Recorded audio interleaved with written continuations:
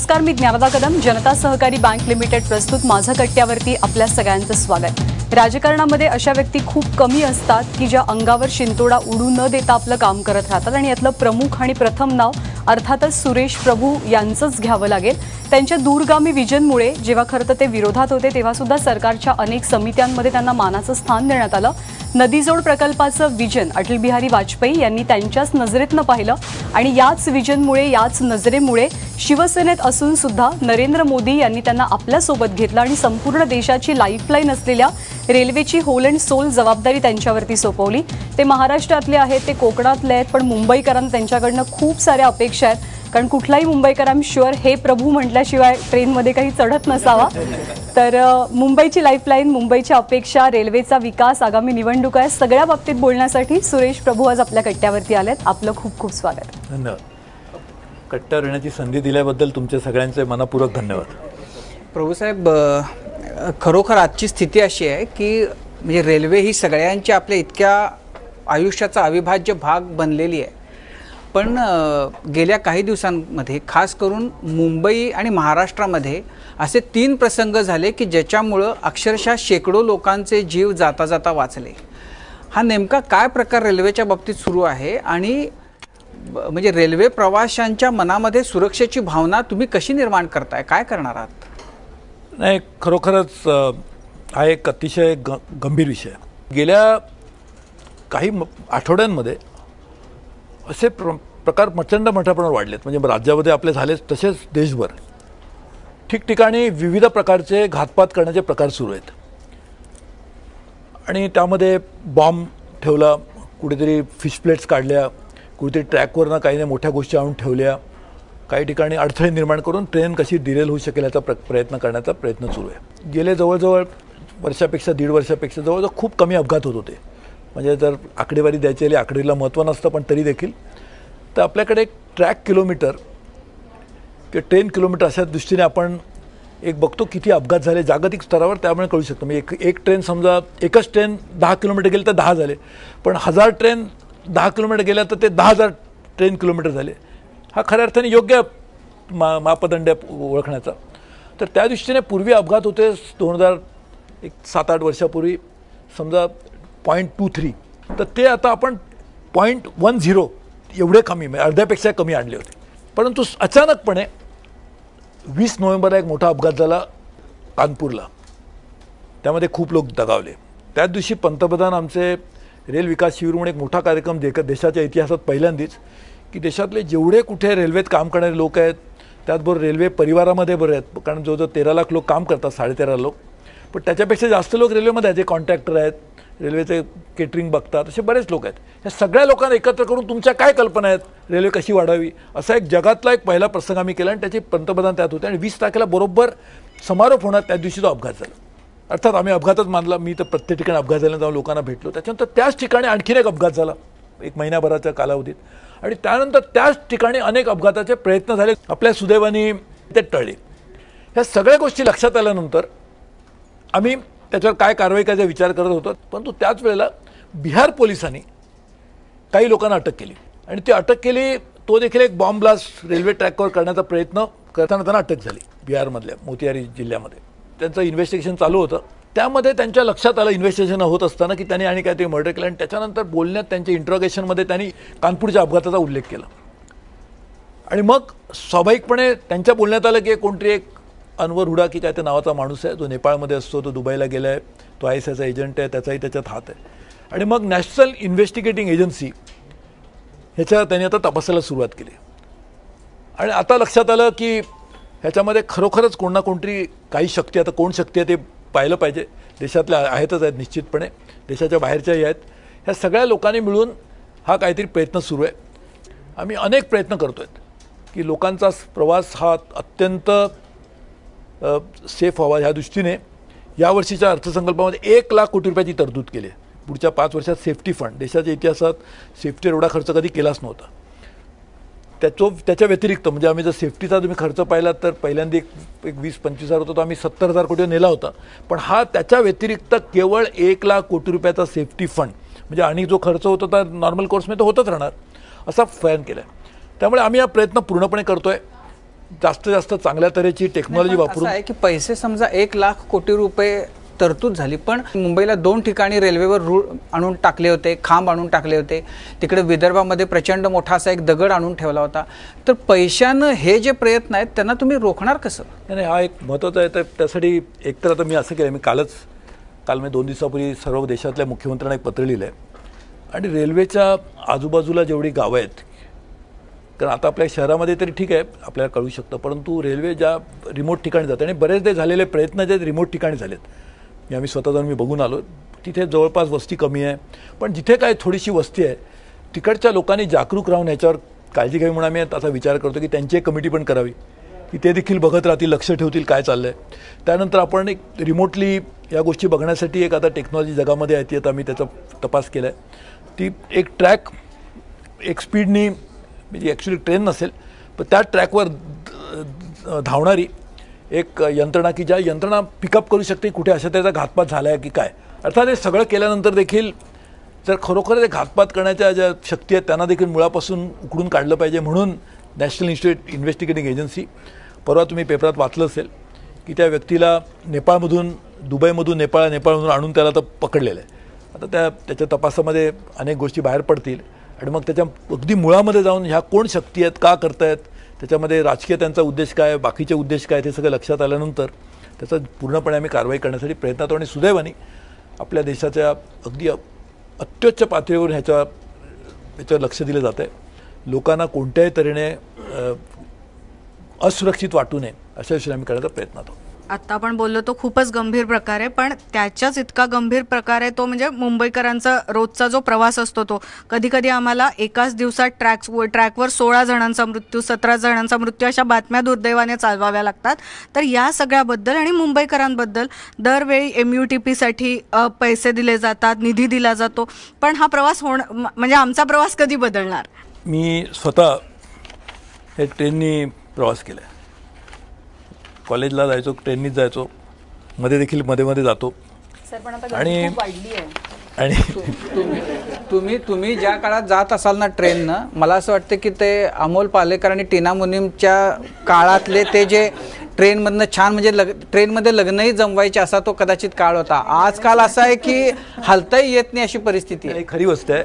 म्हणजे आता लग्न जमणं तर शक्यच नाही, कारण एकमेकाकडे बघायलाही बघणार नाही, पण लग्न मोडणंही शक्य नाही, कारण एवढं जवळ असतं की ते राव टिकूनच राहील.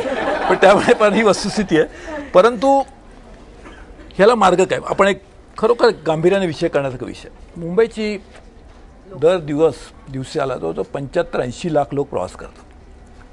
मी तुम्हाला सांगतो, मी एवढ्यासाठी सांगत होतो की 25-30 वर्षापूर्वी मी जेव्हा प्रवास करायचो तेव्हा देखील खूप गर्दी असायची.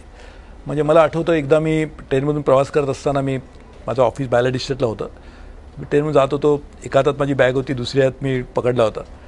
फास्ट ट्रेन होती, मला ती कधी पडेल अशी भीती वाटत होती. मी एक तर बॅग पडली तर ठीक आहे मीच पडेल अशी परिस्थिती, कारण एवढी गर्दी होती. तर त्यावेळेलाही गर्दी होती आणि आता तर तीच व्यवस्था आणि प्रचंड मोठ्या प्रमाणावर वाढलेली लोकसंख्या, त्यामुळे अवस्था वाढलेली आहे.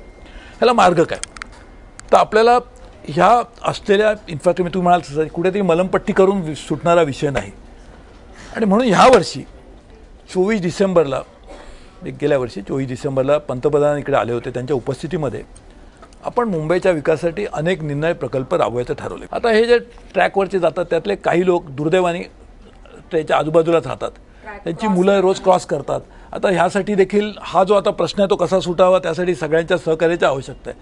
परंतु काही ठिकाणी जे होतं ते उदाहरणार्थ प्लॅटफॉर्मची उंची बरोबर नव्हती. यावर्षी 160 प्लॅटफॉर्मची आपण उंची वाढवली, 160, आणि जवळजवळ राहिल्या सगळ्या प्लॅटफॉर्मची आपण उंची वाढवणार आहोत.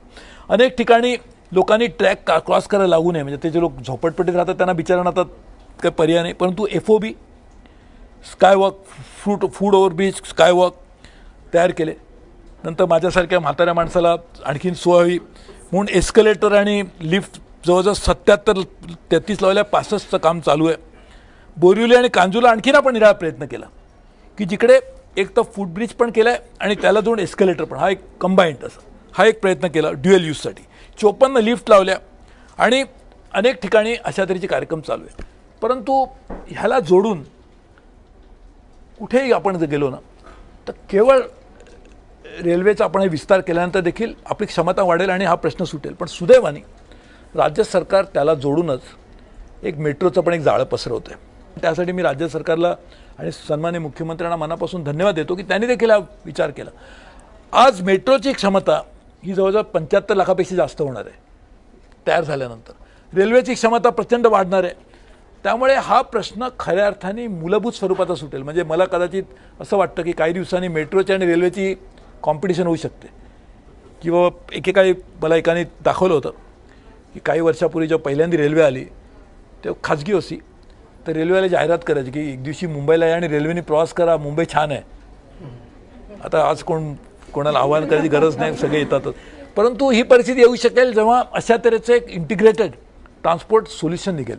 आणि खऱ्या अर्थाने हा मी माझ्या पहिल्या अर्थसंकल्पात सांगितलेला विषय होता की शहरांतर्गत जी वाहतूक आहे त्याला इंटिग्रेटेड सोल्युशनच पाहिजे.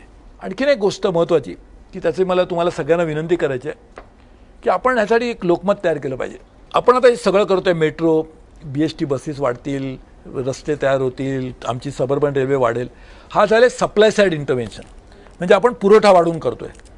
परंतु ज्या तऱ्हेने मी पॉवर मिनिस्टर असताना मी कायदा केला होता एनर्जी कन्झर्वेशन लॉ, की पुरवठा वाढून सप्लाय साईड बरोबर आहे, चांगलं केलंच पाहिजे, पण डिमांड साईडने पण काहीतरी केलं पाहिजे. आणि हे आपल्या खरं म्हणजे आपल्या शास्त्राचा भाग आहे. अंथरूण बघून हातपाय पसरी जे आपण म्हणायचो, आई पण सांगितलं तुझं उत्पन्न किती त्याप्रमाणे आधी खर्च करायला शिक. आता निराळी संस्कृती आहे, क्रेडिट कार्ड आधी खर्च करा, आधी खर्च नंतर उत्पन्न, आपण असं करतो.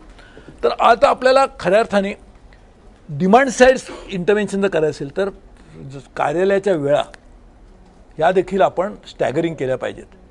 आज एकाच वेळेला सगळे लोक उत्तरेकडून दक्षिणेकडे जातात आणि संध्याकाळच्या वेळेला दक्षिणेकडून उत्तरेकडे येतात.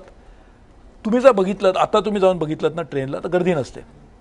मी तुम्हाला दुपारी आरामात जाता येतं, पण ते संध्याकाळी ट्रेनची गर्दी तर सोडाच, तुम्हाला उभं राहायला जागा नसते. उभं राहणं म्हणजे खूप मोठी लक्झरी झाली.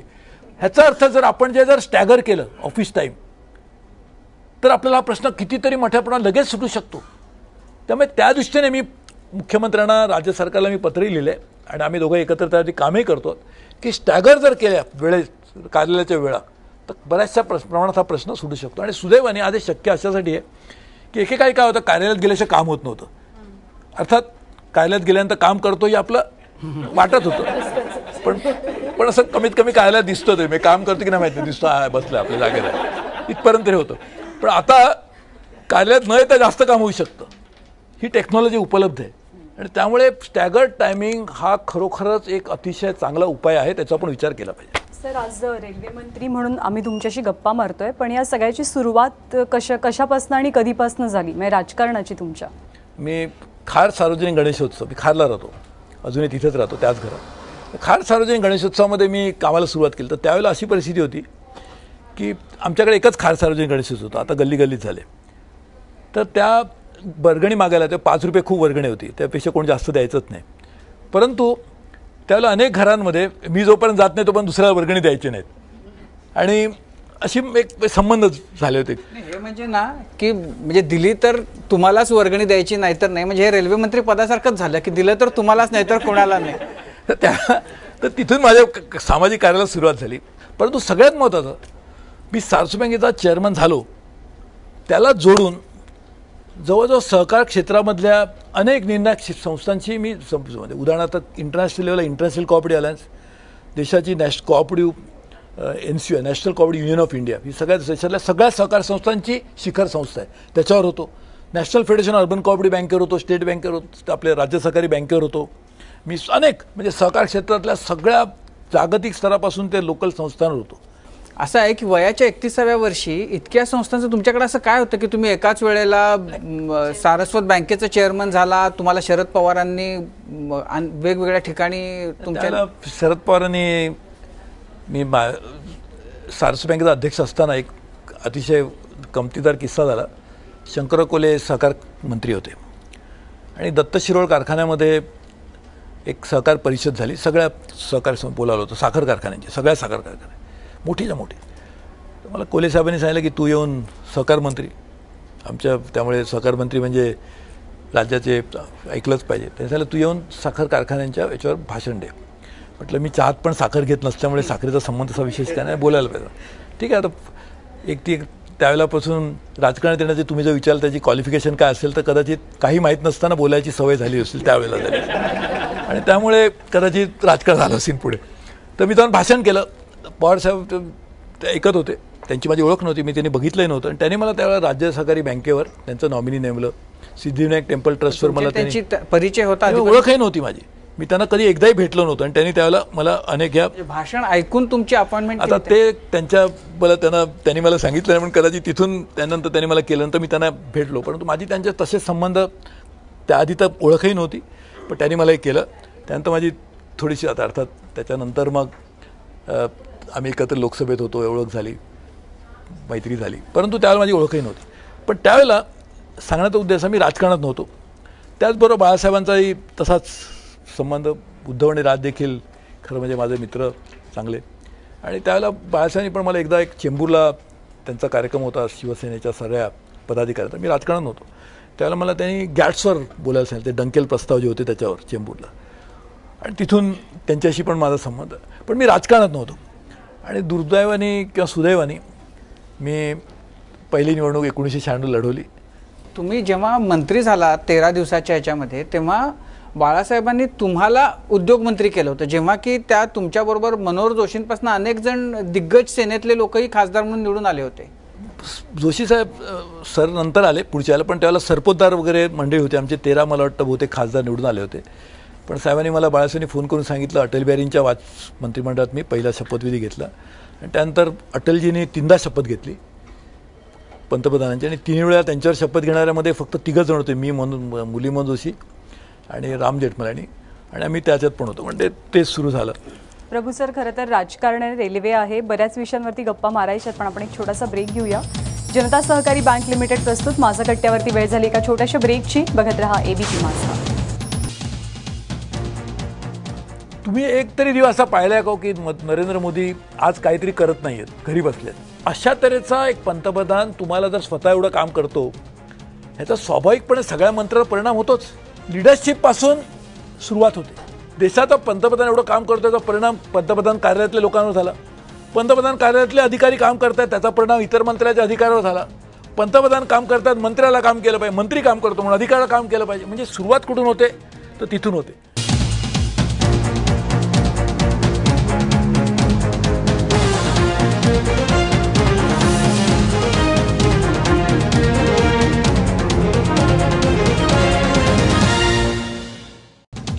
ब्रेक नंतर जनता सहकारी बँक लिमिटेड प्रस्तुत माझं कट्ट्यावरती आपल्या सगळ्यांचं पुन्हा एकदा स्वागत. रेल्वे मंत्री सुरेश प्रभू आज आपल्या कट्ट्यावरती आलेत. दिल्लीमध्ये किंवा केंद्र सरकारमध्ये जे कार्यक्षम मंत्री आहेत त्याच्यात तुमचं नाव घेतलं जातं, आणि तुम्ही फक्त ट्विटरवरच रेल्वे मंत्रालय काम करत नाही तर ते योग्य ट्रॅकवर पण करते अशी प्रवाशांची भावना तुम्ही तयार केलीत. खिशात राजीनामा घेऊन फिरण्याचं जे एक वेगळे दबाव असतो तो नाही आहे, त्याचा हा परिणाम आहे. हे बघा काय की मी सतत काम करत असतो, तुम्ही बाकीच्या गोष्टी बघायला वगैरे वेळही मिळत नाही, त्या मला कल्पना नाही बाकीच्यांच्या कोणाकोणाच्या खिशात काय मला माहीत नाही आहे. परंतु एक मात्र गोष्ट नक्की, आज मी विचार करतोय तो जबाबदारी सोडण्याचा नाही तर नवीन आलेल्या जबाबदारीचा आणखीन करून लोकांना कसा फायदा करून देण्याचा त्याचा विचार आपण करतोय. काम करण्याची मिळालेली संधी आहे, त्यामुळे त्या संधीपासून बाजूला होण्यापेक्षा संधीचा लाभ करून लोकांना फायदा करून दिला पाहिजे ना.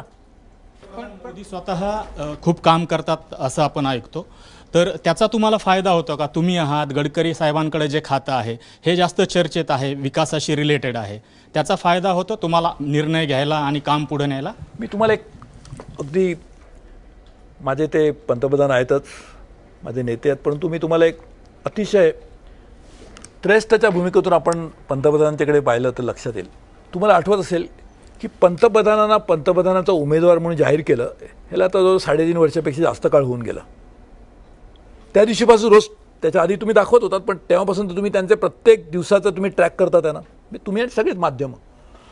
तुम्ही एक तरी दिवस असा पाहिलाय का की नरेंद्र मोदी आज काहीतरी करत नाही आहेत, घरी बसलेत? म्हणजे त्यांनी सांगायची गरज नाही, आता राईट टू इन्फॉर्मेशनमध्ये कोणती माहिती गेली, परंतु हा माणूस सतत करतो. आता उदाहरणार्थ आज ते कुठेतरी प्रचाराला गेले तर प्रचाराला जायच्या आधी कार्यालयात 10 मीटिंग करणार, प्रचारातून आल्यानंतर माणूस जरा थकेल चहा तर ते न करता लगेच दुसरी मीटिंग चालू करणार आणि ते रात्री 11 पर्यंत करणार. त्यामुळे अशा तऱ्हेचा एक पंतप्रधान तुम्हाला जर स्वतः एवढं काम करतो, ह्याचा स्वाभाविकपणे सगळ्या मंत्र्यावर परिणाम होतोच. की जर आता तुमच्याकडे राजू खांडेकर काम करतायत तर प्रत्येकाला वाटतं मी पण केलं पाहिजे ना. त्यामुळे शेवटी काय बघा, लिडरशिपपासून सुरुवात होते, नेतृत्वापासूनच खरी सुरुवात होते. देशाचा पंतप्रधान एवढं काम करतो त्याचा परिणाम पंतप्रधान कार्यालयातल्या लोकांवर झाला. पंतप्रधान कार्यालयातले अधिकारी काम करतात त्याचा परिणाम इतर मंत्र्याच्या अधिकारावर झाला. पंतप्रधान काम करतात, मंत्र्याला काम केलं पाहिजे, मंत्री काम करतो म्हणून अधिकाऱ्याला काम केलं पाहिजे. म्हणजे सुरुवात कुठून होते तर तिथून होते. आणि म्हणून खरोखरच या सगळ्याचं श्रेय निश्चितपणे पंतप्रधानांनी देशामध्ये एका नव्या कार्यशैलीची जे तो शुभारंभ केला आहे आणि ते देखील पूर्णपणे पारदर्शकपणे काम करण्यासाठी करतो. तर रेल्वेमध्ये उदाहरण द्यायचं झालं तर एकही रुपयाचा टेंडर मी केंद्रीय मंत्री झाल्यापासून माझ्याकडे आलं नाही. म्हणजे 30,000 कोटी रुपये आपण 3.5 लाख कोटी खर्चावर नेले. तो माणूस मला बरं झाला, खर्च रेल्वेने केला, आम्हाला पण काहीतरी उत्पन्नाचं साधन निर्माण होऊ शकेल. परंतु असं न होता एकही रुपयाचा टेंडर माझ्याकडे आलं नाही आणि सगळ्याच्या सगळं ई टेंडरिंगच्या माध्यमातून आपण काम करतो आहे.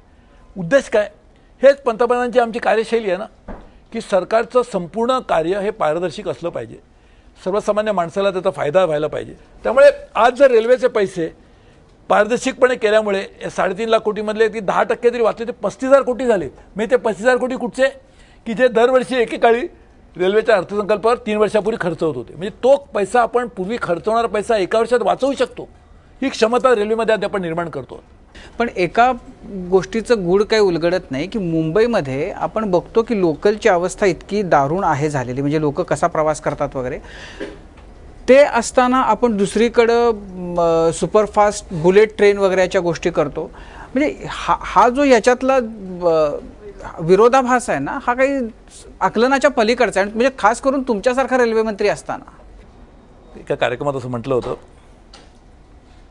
की मला माझी आई खूप आवडते असं मी जेव्हा म्हणतो, याचा अर्थ मला बायको आवडत नाही असं होत नाही. आपण जेव्हा एखादी नवीन योजना चालू करतो, ती योजना चालू केल्यामुळे इतर ज्या योजनांकडे दुर्लक्ष होतं असं म्हणता येत नाही. आपण पहिल्यांदा मुंबईचाच विचार करू. मुंबईच्या रेल्वेवर ह्यावर्षी जवळजवळ बजेटमध्ये नवीन ज्या योजना आपण केल्यात 51,000 कोटी रुपये आपण खर्च करणार आहोत. 51,000 कोटी रुपये ह्या बुलेट ट्रेनचा साठी लागणारा संपूर्ण पैसा जपानकडून आपल्याकडे येतो आहे. 50 वर्षासाठी 0.1% इंटरेस्टनी ती टेक्नॉलॉजी पण आपल्याकडे येईल. मेक इन इंडियामध्ये ते काम होईल, त्यामुळे आपलं आणखीन ते वाढवता येईल. चीनमध्ये 22,000 किलोमीटर एवढी हायस्पीड आहे बुलेट ट्रेन, 22,000 किलोमीटर आले. आपण आता विचार करतो 600 किलोमीटरचा. आपण बुलेट ट्रेन आणल्यामुळे मुंबईच्या लोकांना काही दुर्लक्ष झालं का? अजिबात नाही, कारण त्यासाठी 52,000 कोटी रुपये आपण केलेत. त्यामुळे हे केल्यामुळे दुसऱ्या हातातून जातं असं होत नाही. ते मुंबई अहमदाबाद का, म्हणजे मुंबई दिल्ली असती तरी जास्त सोयीचं झालं असतं. खरं म्हणजे चांगला प्रश्न आहे. आता हा प्रश्न लोकसभेत मला एकदा आमच्या खरगे साहेबांनी विचारलं की सुरेश प्रभू रेल्वे मंत्री आणि पंतप्रधान अहमदाबादचे म्हणून त्यांना एकमेकाला जाण्यासाठी त्यांनी केलं म्हणून. तर म्हटलं एकतर म्हटलं याचं श्रेय खरोखर तसं असेल तर म्हटलं त्याचं खरोखरच श्रेय दिलं पाहिजे पूर्वीच्या सरकारला, कारण त्यांना कल्पना होती की सुरेश प्रभू रेल्वे मंत्री होणार आणि मोदी पंतप्रधान होणार. कारण ह्याची सुरुवात मुंबई अहमदाबादचा करायचं ह्याची सुरुवात काँग्रेसच्या काळात झाली. त्यांनी जपानबरोबर करार केला की हायस्पीड रेल्वे आली पाहिजे, त्यासाठी फिजिबिलिटी स्टडी त्यांच्या काळात झालं. तर पुढे आम्ही फिजिबिलिटी स्टडी केलं तर ऑलरेडी एंगेजमेंट झालं होतं. लग्नाचं अंतरपाठ ठरण्याचं आम्ही दोघांनी पकडलं असेल ती वस्तुस्थिती आहे. बरेच अर्थसंकल्प गेले तरी काही बऱ्या अशा महाराष्ट्रातल्या बऱ्याच योजना आहेत, बरेच रेल्वे मार्ग आहेत की जे आत्तापर्यंत त्यांचे काम मार्गी लागलेले नाहीत. त्यांच्यावर नेमकं काय होतं? अर्थसंकल्पात ती तरतूद होते, पुढे त्या घोषणा होतात आणि पुढे काहीच होत नाही, असे बरेच कामं असतात. त्यामुळे पहिली गोष्ट आपण अशी केली की घोषणाच करायची नाही. माझ्या अर्थसंकल्पावर 2 अर्थसंकल्पावर अनेक लोकांनी स्वागत केलं, तर एक प्रमुख कारण स्वागत करण्याचं काय त्यांनी घोषणाच केलेलं आहेत म्हणून. आणि पहिल्या अर्थसंकल्पामध्ये मी ज्या काय सांगितलं होतं त्यातल्या प्रत्येक गोष्टीचं काय झालं याचं मी ॲक्शन टेकन रिपोर्ट ह्या गेल्या वर्षीच्या अर्थसंकल्प करताना मी 2 अर्थसंकल्प केले सादर, त्यात मी जाहीर केलं ॲक्शन टेकन रिपोर्ट. आधीपर्यंत रेल्वेमध्ये पद्धत होती, कारण तुम्ही मला ती वस्तुस्थिती आहे. पूर्वी परिस्थिती अशी होती की घोषणा प्रकल्पाची म्हणजेच प्रकल्प. तुम्ही विचारा की आम्ही आता इथून चंद्रावर एक रेल्वे नेणार, मग पुढच्या काय झालं त्याचं? अरे तुम्ही वाचलं ना, मी सांगितलं होतं ते घोषणा केली, झाला प्रकल्प संपला, तर नवीन घोषणा करणार. त्यामुळे घोषणा हाच प्रकल्प होता, प्रकल्पाची घोषणा म्हणजेच प्रकल्प अशी एक समजूत होती.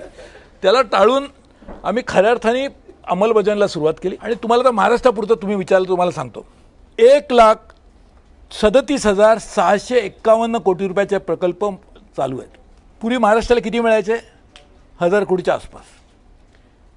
यावर्षी 6,000 कोटी रुपये महाराष्ट्राला यावर्षी दिलेत. यावर्षी अनेक योजना ज्या महाराष्ट्रामध्ये पूर्वी होत्या. मी आता परवा गेलो होतो पंढरपूरला आणि लोणंद.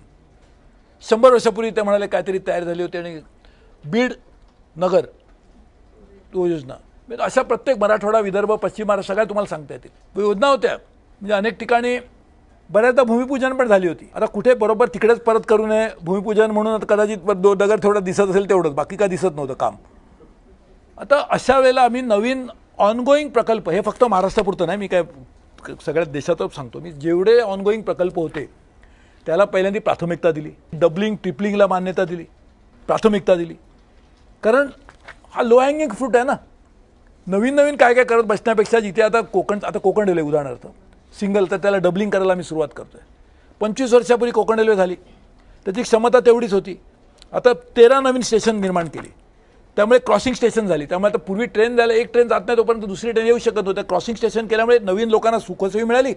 शिवाय त्याची क्षमता आता कोकण रेल्वेची डबलिंग होईल ट्रॅकचं, पण ते डबलिंग पूर्ण होण्याच्या आधीच आम्ही कोकण रेल्वेची डबलिंग कपॅसिटी डबल करण्यासाठी देखील प्रयत्न करतो. म्हणजे ह्या सगळ्या गोष्टीवर आपण लक्ष देतो आणि तुमचा प्रश्न योग्य आहे. प्रभूंच्या कृपेनं तुम्ही महाराष्ट्राचे आहात आणि तुम्ही रेल्वे मंत्री लाभलेला आहात, तर त्या प्रभूंना स्मरून असं सांगू शकतो का आपण की पुढच्या 1-5-10 वर्षात कुर्ल्याचा ब्रिज चढताना किंवा दादरवरून पास होताना श्वास अडकणार नाही माणसांचा, रेल्वेतून प्रवास करताना असं काही होणार नाही आणि ते सुखरूप घरापर्यंत पोहोचतील?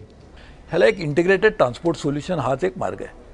आज कुर्ल्याला तो माणूस येतो, तो कदाचित कुर्ल्याला ट्रेन घेण्यासाठी येत असेल, पण तो राहत असेल कुठेतरी आतमध्ये, त्याला कुर्ल्याची गरजच नसेल कदाचित, पण तो चॉईस नाही, त्याला कुर्ल्याशिवाय ट्रेनच घेता येणार नाही आणि ट्रेनमधून त्याला पुढे जायचं आहे. जर हा मेट्रोचा आपण जाळं जे पसरतो ते तयार झाल्यानंतर सगळ्या लोकांना बोर्डिंगसाठी, म्हणजे अंधेरीला, आता अंधेरीला जे लोक येतात त्यातले अनेक लोक अंधेरीला येतात, ते त्यांना अंधेरीला खरं करायची गरजच नाही आहे. तो लोखंडावरून डायरेक्ट कुठेतरी दुसरीकडे जाऊ शकतो, पण त्याला जाण्याची शक्यताच नाही, कारण त्याला ती ट्रेन पकडण्यासाठी इकडे यावं लागतं. तर हे जाळं एकदा मेट्रोचं पसरलं जाईल आणि खरोखर तुम्ही जर चौकशी बघितलं मेट्रोचं जे एवढं एक्सटेन्सिव्ह जाळं पसरलं जातं आणि त्याचबरोबर नवीन रेल्वेचे जे प्रकल्प येणार आहेत, मला पूर्णपणे खात्री आहे की पुढच्या 5 वर्षात तुम्ही म्हणाल त्याप्रमाणे त्याला निश्चितपणे लोकांना त्यातून प्रचंड फायदा होईल. हे 51-52 हजार कोटी रुपये जे आहेत ते किती दिवसांमध्ये खर्च होतील आणि प्रकल्प ते पूर्ण होतील? ते बघा, एकतर त्यातले 2 प्रकल्प PPP आहेत, म्हणजे आपलं जे एलिव्हेटेड कॉरिडॉर करतोय ते टेंडर वगैरे निघून आपण बघणार, पण त्याच देखील मध्ये लोक यावीत म्हणून आम्ही अनेक ठिकाणच्या अनेक देशातल्या राजदूतांना बोलवून अनेक लोकांच्या इन्व्हेस्टरना बोलवून मी करतोय. मी ह्या व्यतिरिक्त हे जे सांगितलं त्या व्यतिरिक्त तुम्हाला खरं सांगायला पाहिजे की महाराष्ट्राचं तुम्ही विचारत म्हणून राज्य सरकारबरोबर आपण एक जॉईंट वेंचर ॲग्रीमेंट केलं आहे. हे सगळे प्रकल्प झाले ते होणारच, पण त्याच्या व्यतिरिक्त प्रकल्प अंमलबजावणी व्हावी म्हणून राज्य सरकारबरोबर एक कंपनी फॉर्म केली आणि आतापर्यंत रेल्वे केंद्र सरकारची 100% मालकीची संस्था अजूनही आहे. परंतु त्यामुळे राज्य सरकारचं काम काय होतं? निवेदन देणं. अनेक राज्याचे मुख्यमंत्री निवडणुकीच्या प्रसंगाआधी निवेदन द्यायचे, तर मी मी अशीच टाळत होतो, तुम्ही निवेदन आज दिलं 2017 सालचं आहे, पण 2010ला काय दिलं असेल, मुद्दाम खरंच काढून भेटलं, खोटं नाही सांगत. तेच पॉईंट, तारीख बदलली, त्या बिचारा त्या मुख्यमंत्री बदलले, लेटरचं नाव बदललं, तारीख बदलली, बाकी तेच आहे. कारण 7 वर्षात काय झालं करणार पुढे पैसेच नाहीत ना. म्हणून आपण आज रेल्वे आणि केंद्र सरकार आणि राज्य सरकार यांच्यावर जॉईंट व्हेंचर करतोय, त्यामधून देखील प्रकल्प अंमलात येत. तर तुम्ही म्हणाल तर किती वर्ष, तर आता पब्लिक प्रायव्हेट पार्टनरशिपमधून होतील, जॉईंट व्हेंचरच्या माध्यमातून होतील आणि आम्ही स्वतः देखील करू. बँडविड्थ वाढली इम्प्लिमेंटेशनची, त्यामुळे प्रकल्पाला गती पण येऊ शकेल. मुंबईमध्ये 3 लाईन आहेत, हार्बर, सेंट्रल आणि वेस्टर्न. या तिन्हीमध्ये फरक काय आहे, हा फरक का केला जातो हे विचारतात. आणि थोडासा जिव्हाळ्याचा प्रश्न आहे तरुणाईच्या. ह्या तिन्हीमधल्या फरकामुळं वेस्टर्न लाईनच्या मुली सेंट्रल लाईनच्या मुलांशी लग्न करायला नकार देतात. तर तुम्ही याबद्दल काय सांगाल? हा असं असेल तर खरोखरच गंभीर विषय आहे. असा सर्वे आलेला मध्ये. त्यामुळे आपण असं केलं पाहिजे की काही तिकडे जास्त मुली कशा, तुम्ही तिकडच्या मुलं आणि मुलींचं विषम प्रमाण झालं तर करायचा प्रश्न सुरू नाही. पण बघा, तुम्ही म्हणता ते खरं आहे. कम्पॅरेटिव्हली बघितलं तर सेंट्रल लाईनवर ते प्रश्न खरोखरच जास्त आहेत आणि खरं सबर्बन रेल्वेचा प्रश्न मी देखील माझ्या दृष्टीने देखील खरोखरच जिव्हाळ्याचा प्रश्न आहे आणि म्हणून पहिल्या दिवशीपासून मी त्याचा प्रयत्न करतोय.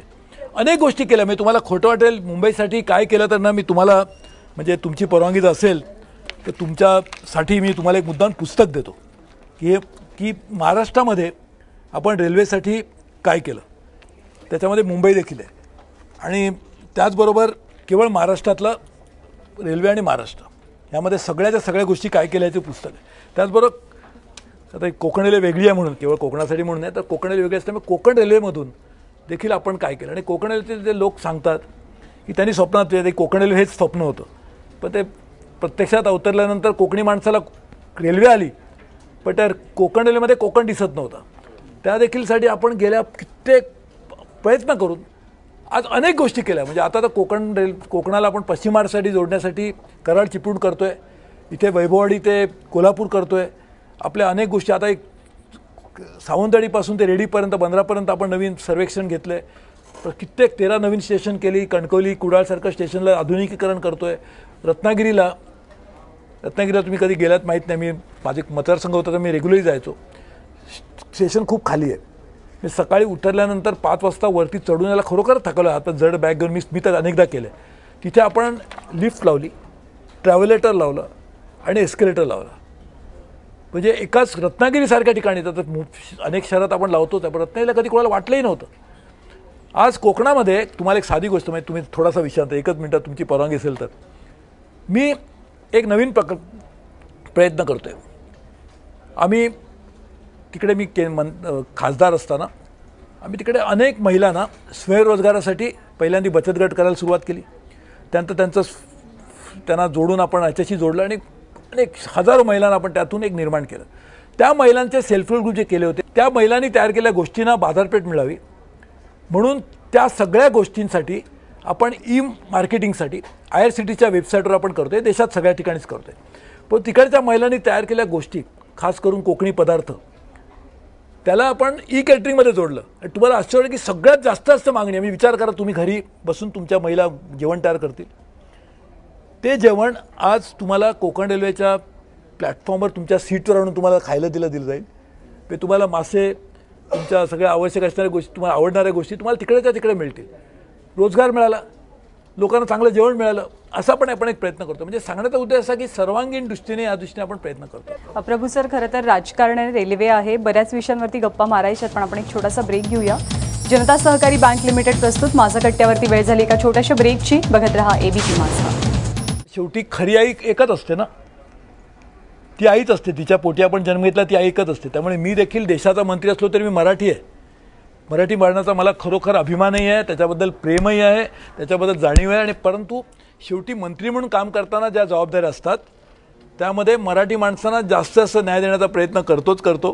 परंतु शेवटी जे काय नियम आहे त्याप्रमाणे आपल्याला प्रयत्न करतो. तरी पण मी प्रयत्न करतोय.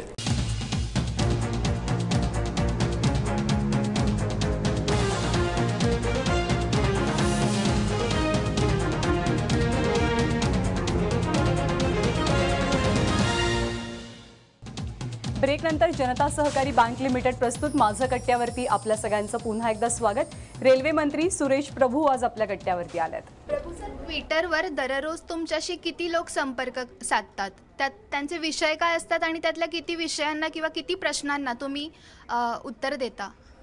विविध मार्गातून लोक संपर्क साधतात. म्हणजे मी जेव्हा मंत्री झालो तेव्हा मी सहज चौकशी केली की बाई पत्र जी येतात ते सगळ्यांना उत्तर दिलं जातं का? ते म्हणते हो सगळ्यांना देतो. कोणाकोणाला देतात? तुम्ही खासदारांचे आम्ही देतो. म्हटलं खासदारांना देतात ठीक आहे, कारण ते खास दारातून आले, परंतु जे दारातच येऊ शकत नाही त्यांच्यासाठी काय? तर त्यासाठी मी आता आलेल्या प्रत्येक रेल्वेतल्या पत्राला कोण ना कोणतरी उत्तर मी स्वतः देतो असं नाही, परंतु त्याची सिस्टीम तयार केली.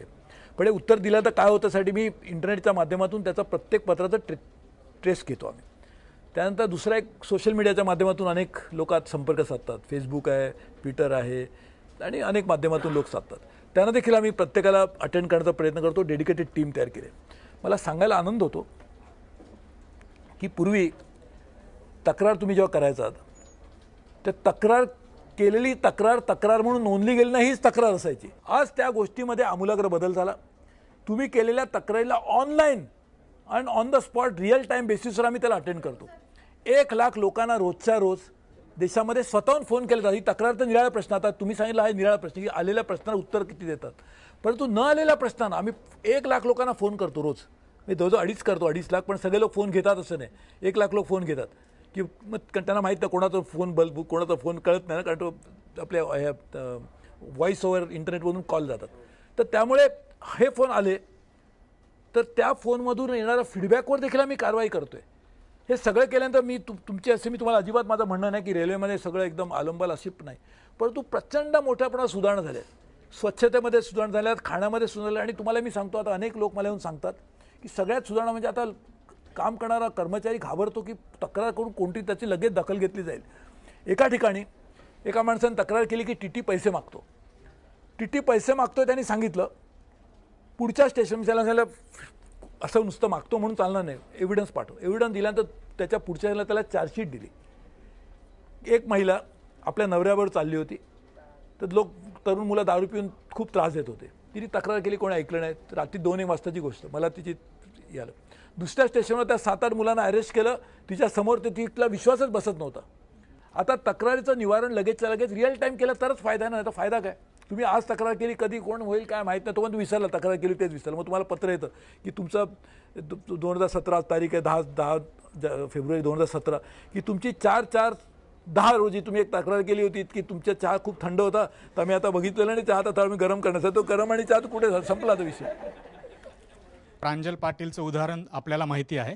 UPSCमधनं पहिल्या अटेम्प्टमध्ये ते अंध विद्यार्थिनी होती, ती पहिली आली आणि तिला रेल्वेमध्ये नोकरी मिळण्यासाठी पण ती स्टोरी आमच्या प्रशांत कदमनं कव्हर केली होती. आपल्या खात्याशी त्यांनी भेटला पण होता. आता काय स्टेटस आहे? तिला अजूनही बहुतेक नाही मिळालेली अपॉइंटमेंट. बघा, त्यामध्ये जे नियम आहेत त्या नियमाप्रमाणे, पण तुम्हाला खोटं वाटेल की तिला घेऊच नाही सांगितलं होतं. मी कालसुद्धा त्या पुन्हा फाईलवर सही केली आहे. ती DOPTतून फाईल माझ्याकडे आली होती. DOPT म्हणजे department of person and training, हे ठरवतं याचे त्याचं करण्याचा रेल्वेचा काही संबंधच नाही. तरी देखील मी त्यांना पुन्हा सांगितलं की ते एक अंध विद्यार्थी असल्यामुळे तिच्याकडे डोळ्याच दृष्टीने बघा आणि कशा दृष्टीने तिला फायदा देता येईल या दृष्टीने पाहण्यासाठी पुन्हा काल मी फाईल ती परत पाठवली. तुला न्याय मिळाल्या दृष्टीने माझा प्रयत्न आहे. बघा, मी तुम्हाला मुद्दाम सांगू इच्छितो की मी देशाचा जरी मंत्री असलो तरी ज्याप्रमाणे सगळ्याच ज्येष्ठ महिलांकडे आपण आई म्हणून पाहतो, सगळ्याच महिलांना आपण भगिनी म्हणून तिच्याकडे बघू शकतो, पण शेवटी खरी आई एकच असते ना, ती आईच असते. तिच्या पोटी आपण जन्म घेतला ती आई एकच असते. त्यामुळे मी देखील देशाचा मंत्री असलो तरी मी मराठी आहे.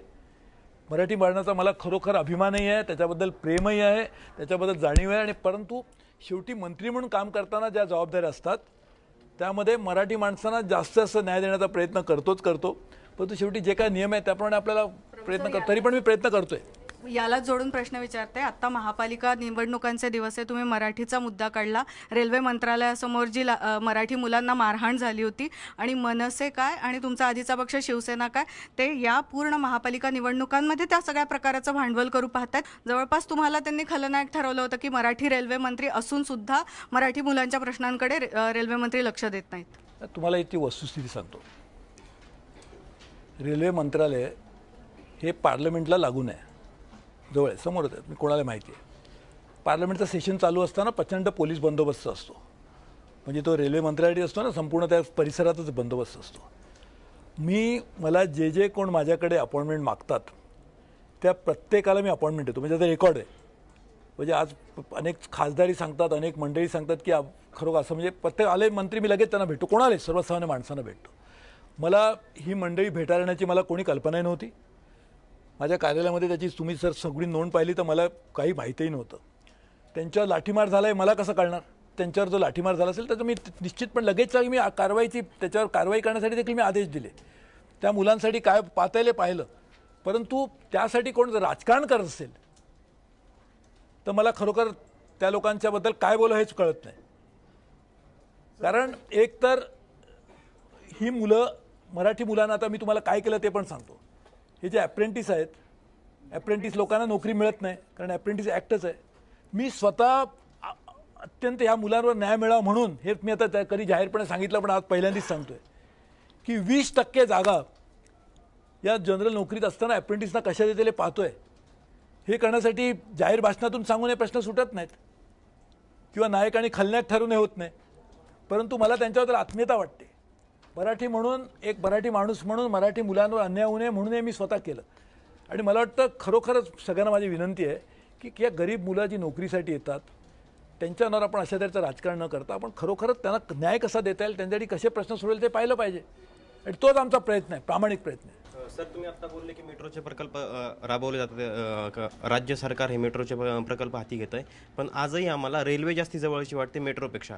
कारण मेट्रोचे दरवाढ कधीही होऊ शकते, मेट्रोचे दर हे जास्ती जे सामान्यांना परवडणारे नाही आहे. मग जर मुंबईत हे जाळं पसरवलं तर हे सामान्य मुंबईकर त्या मेट्रोनी कसं फिरू शकेल? नाही बघा, शेवटी आपल्याला पण एक विचार केला पाहिजे की रेल्वेचे जो खर्च आहे, आता एवढ्या मोठा पण आपण गुंतवणूक करणार आहोत, त्या गुंतवणुकीवर देखील काही ना काहीतरी कुठे ना कुठे सर्वसामान्य माणसाला देखील त्या शेवटी आज तुम्ही विचार करा, मुंबईहून पुण्याला जायला ट्रेनचं जे तिकीट आहे त्याच्या किती पटीने जास्त तिकीट बसचं आहे. बससुद्धा राज्य सरकारच चालवते. आज मुंबईमध्ये BST पण आहे. मिनिमम तिकीट किती आहे मला माहीत नाही आता BSTचं, परंतु तुम्ही जर विचार केलात 8 रुपये, रेल्वेचं मिनिमम तिकीट 5 रुपये. शेवटी कुठेतरी आपल्याला विचार करून याचा विचार करावा लागेल. सर, आपलं राजकारणातलं पहिलं प्रेम म्हणजे शिवसेना असं आम्ही समजतो. शिवसेना सध्या सत्तेत आहेत, काही मंत्रीपद आहेत, पण राज्यात केंद्रात दोन्हीकडे त्यांची नाही म्हटलं तरी थोडी घुसमट होते. मग तुमच्या पहिल्या प्रेमाची अशी घुसमट होत असताना तुम्हाला त्रास होत नाही आहे का?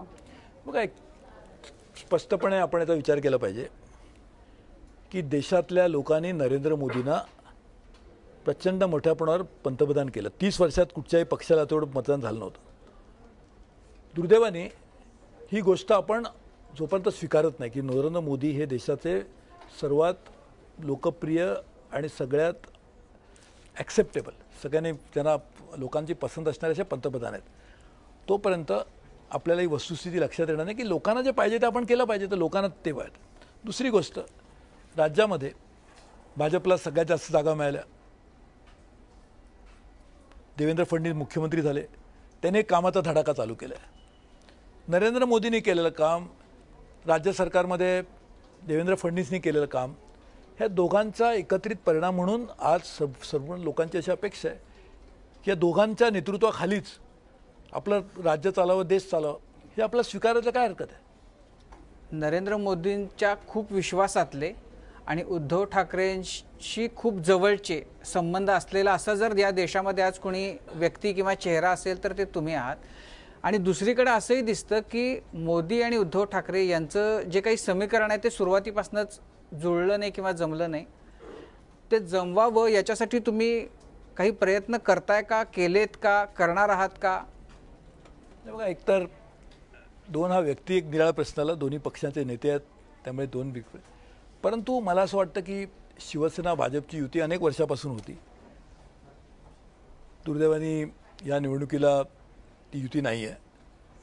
परंतु काही ठिकाणी देशाच्या हितासाठी, राज्याच्या हितासाठी, आता राज्यामध्ये सरकारमध्ये शिवसेनेचे मंत्री आहेतच, केंद्रामध्ये देखील शिवसेनेचा मंत्री आहे. मला वाटतं काही ठिकाणी देशाचा, राज्याचा मोठा विचार करून काय केलं पाहिजे ह्याचा देखील विचार पक्षांनी करायला हरकत नाही असं मला वाटतं. उद्धव ठाकरेंशी मी काय विषयावर कधी चर्चा केलेली नाही की तुम्ही वैयक्तिक माझे संबंध निश्चितच आहेत, परंतु तुमची सूचना असेल तर मी पण एकदी चर्चा करेन त्यांनी. प्रभू सर, शरद पवार साहेबांशी तुमचे चांगले संबंध आहेत, मोदीजींशी आहेत. अटल बिहारींना पण तुम्हाला ज्यावेळेस राजीनामा द्यावा लागला त्यावेळेस वाईट वाटलं असं सांगितलं जातं. पण तुम्ही आत्ता पुन्हा ऐन निवडणुकीच्या नंतर इकडं आलात भाजपकडं, तर काही शिवसैनिकांना तुम्ही संधी साधू पण वाटता, पण तरीही तो शिवसेनेकडचा जो गद्दार हा स्टॅम्प असतो तो तुमच्यावर बसत नाही. कशी साधता तुम्ही ही कला? मला तुम्हाला माहिती असेल तर मी निवडणूक देखील लढवली नव्हती आणि त्यानंतर मी मंत्री झालो. त्याची सगळी पार्श्वभूमी तुम्हालाही माहिती आहे. मी आता मुद्दाम ती उजळत बसत आहे कारण त्यातून काही उगीच काही शब्द इकडचे इकडे, परंतु तुम्हालाही वस्तुस्थिती माहिती आहे. त्यामुळे अशा वस्तुस्थितीमध्ये जी परिस्थिती आहे त्याची सर्वसामान्य माणसाला कल्पना असल्यामुळे त्यांना योग्य माहिती आहे कशासाठी मी तिकडे, कसं काय झालं, सगळ्यांना कल्पनाच आहे. शेवटचाच प्रश्न आता की जसं आता संदीप म्हणाला, तुम्ही बाळासाहेब ठाकरे, अटल बिहारी वाजपेयी, उद्धव ठाकरे, शरद पवार, सोनिया गांधी, ममता बॅनर्जी, म्हणजे अशा म्हणजे इतक्या वेगवेगळ्या प्रकृतीच्या, स्वभावाच्या सगळ्या नेत्यांचं जर एका बाबतीत, कोणाच्या बाबतीत जर एकमत होत असेल तर ते तुम्ही आहात. तुम्हाला या सगळ्यांमधलं लाडकं, जवळचं, आपलं असं वाटणार, आता मोदीच तुम्हाला म्हणायला लागेल याची मला कल्पना आहे, पण तरीसुद्धा तुम्ही यांच्याकडनं काय घेतलं किंवा तुमच्यावर यांचा काय प्रकारे प्रभाव पडला, कुणाचा काय? प्रत्येकाकडून शिकणार काय आणि अनेकांकडून अनेक गोष्टी शिकायला मिळतातच. आता नरेंद्र मोदींकडे आता मी त्यांचे बरेच वर्षापासूनच्याबरोबर मी त्यांचं काम बघतो आहे. खूप शिकणार काय आणि ते खूप मी शिकतोही आहे. ज्या धडाकीने ते काम करतात, कधी न थकता काम करतात, सतत काम करत राहतात. बाळासाहेब ठाकरेंचं एक निराळी व्यक्तिमत्व होतं. ते देखील रोज निर्णय गोष्टींची माझ्याशी चर्चा करायची. म्हणजे एकदा मी चीनला जाऊन आलो होतो, ती गोष्ट नंतर पेपरातही आली. चीनला मी जाऊन आल्यानंतर मला बाळासाहेब एकदा विचार, चीनमध्ये तू बघितलंस काय? तर मी तेव्हा त्यांना तो एक किस्सा सांगितला होता. तेव्हा तिकडची एक मुलगी माझ्यावर सतत काम करायची, यंग मुलगी होती आणि माझी बायको बरोबर होती. तर त्या मुली आधी असतात त्यापेक्षा जास्त तरुण वाटतात. तर मी तिला विचारतो लग्न झालं का? त्यामुळे हो मला मुलगा पण आहे. म्हटलं मुलगा कुठे असतो? कुठे तो मुलगा? मला जाता त्या इंटरनॅशनल डिपार्टमेंटमध्ये तो मुलगा माझ्या आईवडिलांकडे असतो किंवा नवऱ्याच्या आईवडिलांकडे असतो, सासऱ्यांकडे असतो. तर म्हटलं तू असं म्हटलं भेटतो का तिथं? तुम्ही आता गेलात परदेशात, तू दुसरा कोणते येणार दुसऱ्या देशातलं? माझं असंच असतं. तर म्हटलं मग तू असं सतत काम करते, कारण सकाळी याची रात्री उशिरा पण बरोबर असेल असतं. हो, सगळं आम्ही बोलत होतो. म्हटलं विचार एवढं तू काम करतेस, ओव्हर टाईम किती मिळतो? ओव्हर टाईम म्हटल्यानंतर तिला एकदम वाटलं माझ्या चेहरा माझ्याकडे बघतच राहिले. ओव्हर टाईम मला वाटलं तिला ओव्हर टाईमचा अर्थ कळला नाही. म्हटलं मी एक्सप्लेन केलं. तो you are talk about money. I don't work for money, I work for my country. तर हा मी जेव्हा बाळासाहेबांना किस्सा सांगितला होता, तर बाळासाहेबांनी नंतर त्याच्यावर मला एक लेख लिहायला सांगितला होता. तो मी सामनामध्येच मला वाटतं त्याला मी लेख लिहिला होता. ते बाळासाहेबांकडे पण एक इच्छा, नवीन गोष्टी शिकण्याची, कुठची गोष्ट टेक्नॉलॉजीवर बऱ्याचदा ते चर्चा करायचे. नवीन टेक्नॉलॉजी काय, त्यांचा एक निराळा एक स्वभाव होता. आणि अटलजींनी तर माझ्यावर मुलासारखं प्रेम केलं आहे. तर त्यांचे माझे संबंध एक आणखी निराळे आहेत. मोदीजी त्यांच्यापेक्षा वयाने खूप लहान आहेत, पण त्यांची कामात करण्याची पद्धत निराळी आहे. दोघंही एक गोष्टीत मात्र दोघांमध्ये एक समानता आहे, ते म्हणजे राष्ट्रप्रेम आणि काही करून देशासाठी काम करण्याची, धडाकीने काम करण्याची दोघांकडे जी क्षमता आहे. कोकण आणि मुंबईत तुम्ही राहता म्हणून विचारतो की मुंबईचं भलं, मुंबईकरांच्या समस्या सुटतील, त्या शिवसेनेच्या अंडरमध्ये सुटतील आता नवीन, की भाजप जे पारदर्शकतेचा नारा देत आहे की पुन्हा दोघं एकत्र येऊन सोडवायचा प्रयत्न करतील? हे बघा, यावेळेला या निवडणुकीत स्पष्टपणे भाजप ही स्वतंत्र पक्ष म्हणून निवडणुकीला उभी आहे. आणि मला पूर्णपणे खात्री आहे की केंद्रामध्ये मोदी, राज्यामध्ये देवेंद्र फडणवीस आणि त्यांनाच जर भाजपमध्ये पुन्हा एकदा महापालिकेमध्ये आली तर मुंबईचंही भलं होईल, राज्याचंही भलं होईल आणि त्यासाठी लोक मतदान करतील याचा मला विश्वास आहे. प्रभू सर, आपल्या नावातच प्रभू आहे, त्याच्यामुळे जो जे वांछित तेतोला हो, काही सगळं काही मिळावं सगळ्यांना. आपण रेल्वे मंत्री असताना अशी करता आमच्या सगळ्यांची इच्छा आहे. आपल्याला खूप साऱ्या शुभेच्छा आणि कट्ट्यावर आल्याबद्दल मनापासून धन्यवाद. तर जनता सहकारी बँक लिमिटेड प्रस्तुत माझा कट्ट्यावरती वेळ झाली इथेच थांबण्याची. ताज्या बातम्यांसाठी पाहत रहा ABP माझा.